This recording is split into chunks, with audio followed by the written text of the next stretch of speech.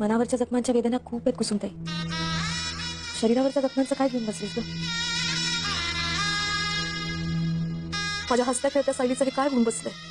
त्यातून बाहेर पडण्यासाठी हिला मदत करायलाच हवी, पण कशी? अरे अर्जुन सुभेदार माणूस आहे की कधी कधी त्याला चांगला माणूस समजत होतो. ही चुकत झालीस माझी. अर्जुन सरांच्या डोळ्यात बघून त्यांच्या मनातली चलबिचल कळते ग. त्या दिवशी त्यांच्या मनातलं त्यांच्या ओठावर आले नाही ग, आणि मी पण त्यांच्यासमोर माझं प्रेम व्यक्त केलं. पण माझी खात्री आहे कुसुमताई, त्यांचं नक्की माझ्यावर प्रेम असणार, आणि मनातल्या या गोष्टी आज ना उद्या ते माझ्यासमोर मांडतील.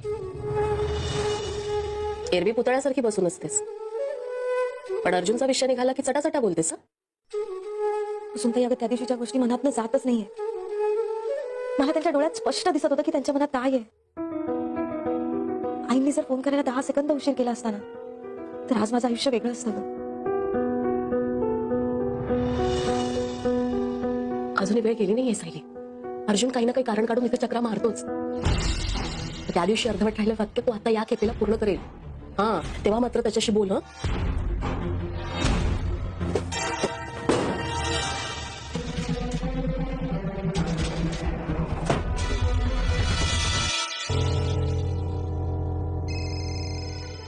हॅलो संगीता वहिनी, मी मधुकर बोलतोय. मधुकर भाऊजी, अहो बोला की. लई दिवसांनी फोन केलायसा. कसे आहे तुम्ही? चांगलं आहे म्हणायचं. कोल्हापूरला तिकडे कसं आहे? आता जे आहे त्याच्यात चूक म्हणलं समजा ठीकच आहे म्हणायचं. तुम्ही बोला, कशा करता फोन केलायसा? वहिनी, तुमच्याकडे एक काम होतं. तुमचा धीर म्हणून मदत मागतोय असं समजा होतं. हो, मदत कसली बोलताय तुम्ही?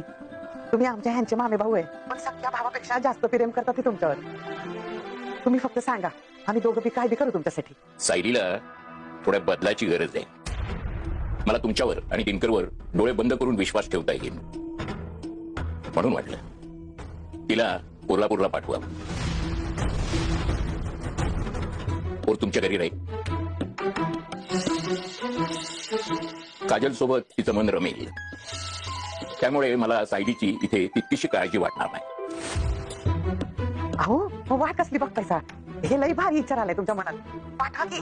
मी जरा कलाकडे आली आहे काही कामानिमित्त, पण आमच्या घरी काजू आहे ना, दोघींचं लई जमेल. तुम्ही पाठवा तिला. हा, सायली सोबत थोड्या दिवसांसाठी कुसुम आली तर चालेल ना? चालेल म्हणून काय इच्छा आता. आता म्हणलं ना, घर तुमचंच आहे. पाठवा, दोघींचंही मन रमल. माझ्यासाठी तर इतक्या आनंदाची गोष्ट दुसरी कुठली बी नाही. तुम्ही फक्त त्यांना दोघींना बसमध्ये बसून द्या, मग पुढचं समजा आमच्यावर सोडा. हा? आणि काळजी करू नका, पोरी आमच्या घरी अगदी छान राहतील.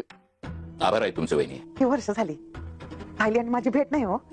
आता ही आली ना की मन भरून तिचं लाड करेन बघा. मी दिनकरशी बोलून घेतोच. मुली अगदी उद्याच निघतील. बस केव्हाची ती कळवतो तुम्हाला. चालतंय चालतंय, कळवा तुम्ही आज नाही. ठेवू फोन मी. मधुभाऊंनी तर निर्वाणीचा निर्णय घेतला. आता मी आणि अर्जुन सर एकत्र येऊ हे या जन्मी तरी नशिबात नसेल.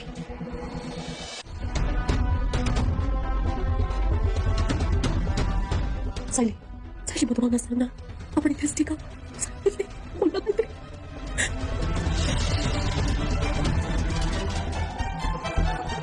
सायली, तू खरंच कोल्हापूरला जाणार आहेस का? मधुभाऊ, तुम्ही असे तडकाफडकी